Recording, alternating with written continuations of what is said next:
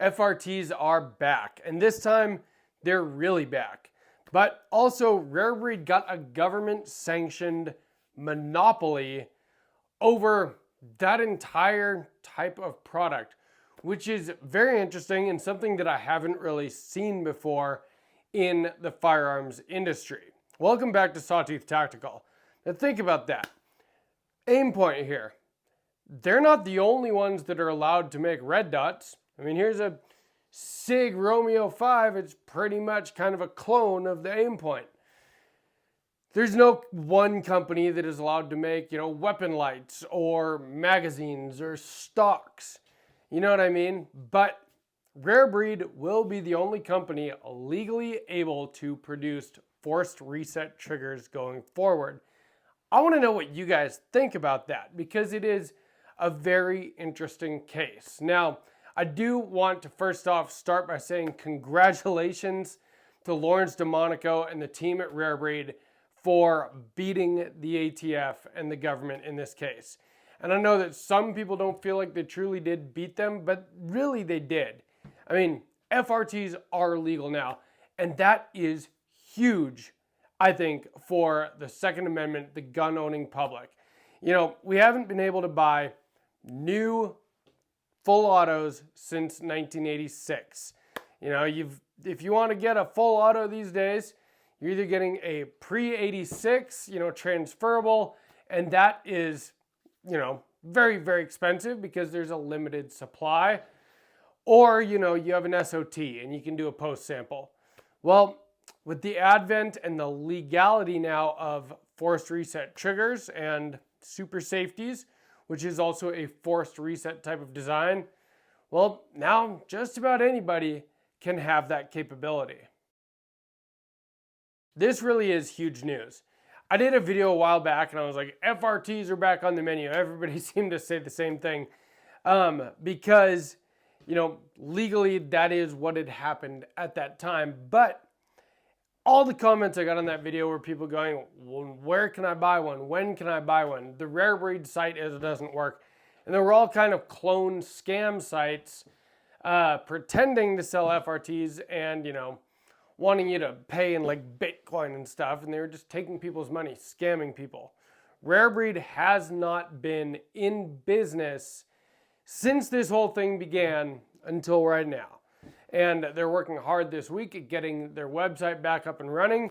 And apparently they have tons of triggers in stock, including triggers that they did not produce from what I believe companies like Delta Team Tactical.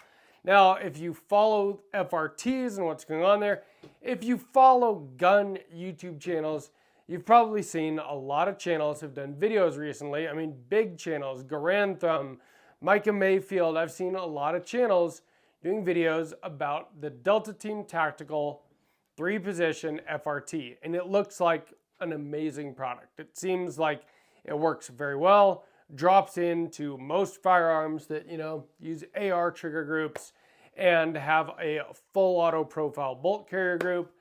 Seems like you could pretty much make it work. Honestly, it looks awesome. And I don't know why I haven't gotten one yet. I do plan to at some point, but I do also want to support Rarebreed because they are the ones that put their ass on the line, put their money on the line, had their inventory stolen at gunpoint, by like SWAT teams, and have been fighting the ATF now for the last couple of years. And they did just win. The interesting thing about it though, like I said in the intro, is that they do have a government-sanctioned monopoly now. Part of this whole thing is that they are now required to go after anybody that is producing FRTs that's not them. So I saw them for a while calling them cheap copies, but it seems like some of them now are pretty good products. Well, Rarebreed has to go after them. They're the only ones that are going to be allowed to produce and sell forced reset triggers, which again is something I've never really seen before in any other kind of product, and I want to know what you guys think about that. This video is sponsored by Venice AI. Do you ever wonder what ChatGPT does with your conversations?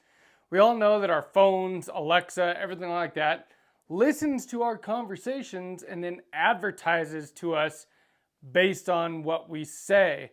Well, what else are these things doing with our personal information? They're selling it to third parties, including governments.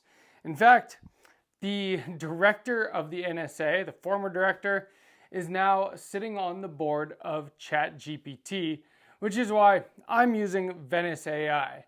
Venice AI is an AI software. It uses open source software that you don't have to download. It goes straight to your web browser, but the biggest thing is that it's private and permissionless. And so you don't have to worry about them selling your information to anybody else, which is kind of why it's a big deal to me. I like privacy, even though I show everything that I do on a YouTube channel. My daughter, she's 13. She uses AI for all kinds of things these days. She's been writing stories with it. She's been making music with it. It is incredible what you can do with AI. It's a very powerful tool, but keep your privacy while you use it with Venice AI. I like the Pro plan personally. It just gives you a lot more that you can do, and you can get a 20% off on your Pro plan if you sign up using my link. That is venice.ai/sawtoothtactical. Use that code to get 20% off. The code is sawtoothtactical. I'm a little bit torn on this. I do think that Rarebreed deserves what they got. They were the ones that fought for it. And all of these other companies, Big Daddy Unlimited with the Watt, the wide open trigger, some of these other copies of the Force Reset design, have been selling these in the meantime and making tons of money, but they haven't put their money where their mouth is. They haven't been the ones fighting to make these things legal. Rarebreed has. And so, to me, yes, to the victor goes the spoils, right? At the same time, this is where I'm torn. Like, good for them, dude. I'm stoked for them. And I'm stoked for us to be able to get these things, but we'll see what they're going to charge for them now. They've never been cheap, but you have to look at it like this. A $500-$600 trigger, whatever it is, $450. I haven't seen what their current pricing is going to be yet. That sounds like a lot for a cassette style trigger. But think about what it would cost to get a pre-86 transferable machine gun. Compared to that, a $500 trigger sounds like a deal, and you can drop it into any of your AR-15s that you already have. It's actually kind of a bargain when you look at it that way. But competition is good for the consumer. It's actually good for, the producers of products too. Competition motivates ingenuity and also affordability. If there's competition in the market, people either need to make things better or cheaper to be able to compete in the market. Well, nobody's going to be able to do that now. Rarebreed is the only ones that can make these things, the only ones that can sell them legally, and this includes super safeties. Apparently, even the patent for the super safety design, which is totally different from the Force Reset trigger design, apparently they own that patent too. And it's a very interesting history. From what I know, Thomas Allen Graves was the inventor of the Force Reset trigger design. But Thomas Allen Graves got sued by Rarebreed when he tried to put out his own trigger, the Alamo 15, because he doesn't own the patent anymore. And I'm not sure exactly what the history is there, whether he sold the patent to Rarebreed or how they ended up with it and not him, the guy that invented it.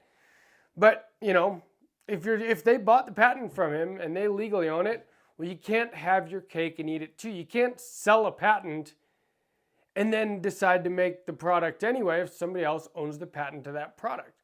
So I see it from Rarebreed's side. If that's the way that went down, I'm not 100% sure. I've followed this pretty closely, but I've also seen conflicting reports about a lot of these things. People seem to be on one side or the other, and very much on one side or the other. But the reality is that Rarebreed does own the patent, and that includes the super safety patent. And there are tons of companies that have been producing super safeties, and they're a lot more affordable than forced reset triggers. Now, to me, there is a lot to be said for the standard safety design with a lever, and there's something awesome about having 3 positions. That was, I have a binary trigger that I got years ago, before forced reset triggers or super safeties even existed, and being able to do that is just cool because it is. And so I understand why people would want to pay more for a forced reset trigger that has the traditional 3-position safety design versus the push button safety. I get it. I feel the same way. And if I get one, that's what I want. But a lot of people loved that you could get a super safety for about half the price of a forced reset trigger, or even less, depending what material it's made out of. Well, it looks like that will be no longer. And that is a very interesting thing to me. And I'm not sure how I feel about it. Like I said, I am happy for Rarebreed for winning this, and again, to the victors go the spoils. They were the ones that fought and won this. But it is weird to me that there can't be any competition in that market space. Now, is this going to be the same kind of thing? I mean, patents do expire. Think about the Gen 3 Glock 19 patent. When it expired, a ton of companies came out with Glock clones. It's a huge part of the pistol market now. This is a PSA dagger. This is a Gen 3 Glock 19 clone. And they're able to do that because the patent expired. So, will the forced reset trigger patent expire eventually? And then every company that wants to can make their own design of forced reset trigger? I believe that's how that works. Correct me if I'm wrong down in the comments. But in the meantime, it sounds like Rarebreed is the only ones that are going to be able to make them. So what do you guys think about that? I want to know, do you support Rarebreed? Can you just not wait for them to get their site up and running? I'm filming this on Wednesday. This video will be out on Sunday. By Sunday, their site might be up and running. They might have already sold out of everything by Sunday. And the first thing that I've seen that they are marketing on their website are triggers that look suspiciously like Delta Team Tactical 3-position forced reset triggers. So it looks like they've already gone after them, and they have basically seized all of those triggers as, part of that settlement process. And now they get to sell them and make the money from them. I mean, it's interesting. It is what it is, Sounds like the Delta Team Tactical trigger is a pretty good product. So, if you buy it from the guys that produced it or from the guys that hold the patent for it, I mean, you can still get it either way. If they're still even in stock by this Sunday when this video comes out. But what do you guys think about this whole thing with the monopoly? Because that's the really interesting part to me. I mean, the whole thing is interesting. I think that it is awesome that regular civilians now will be able to have the 3rd position capability. And no, it is not full auto. I know this has been talked about ad nauseum. You don't just pin the trigger to the rear and it goes full auto. It does force a reset, so there is a trigger pull for every round that comes out. It's just, you're able to pull that trigger really fast. I think that that is an awesome capability. Whether you think that it is practical or not, it is something that we should have the right to have. And yes, the force reset trigger is a workaround. Of course, we should be able to just have full autos. It's kind of like pistol braces. It's a workaround for SBRs in a lot of ways. I know people don't like it when I say the quiet part out loud, but let's face the reality here. You know what I mean? And force reset triggers are a workaround because we can't have true full auto. But you know what? If that's what we can have, I'm here for it. And I promise you, I will get one. I might even do a whole new AR build just to have an FRT build, something that I use just for that. Specifically when they only had a 2-position, when it was safe and force reset, to me, you almost have to do a build just for that because that's not very practical to not have regular semi-auto. For most actual situations, you're going to want accurate, precise shots in semi-auto. But there's a reason that the military has the capability of full auto. There's a lot of situations that could call for that as well. One of them being having fun at the range. Let's face it, most of us use these guns at the range much more than we will ever use them in actual defensive situations. And you know what? It's fun. And being able to shoot force reset mode is really fun.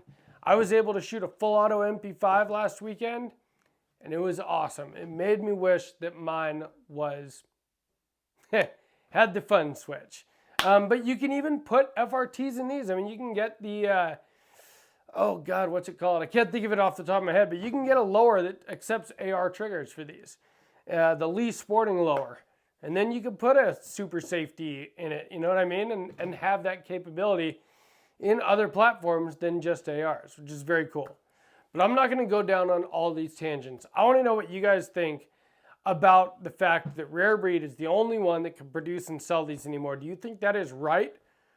Or do you think that there should be competition in the market? Because competition is generally good for the consumer. You get better products and you get cheaper products because more people are able to produce them and they want to compete for your business. So I want to know what you guys have to say about it, what you think about it. Have you bought one? Has the website come up between the time that I recorded this and the video is coming out? And have they sold out already? Because I know a lot of people have been waiting for them. Anyway, it is good news though. They are definitely legal now. If you have one already, you don't have to hide it.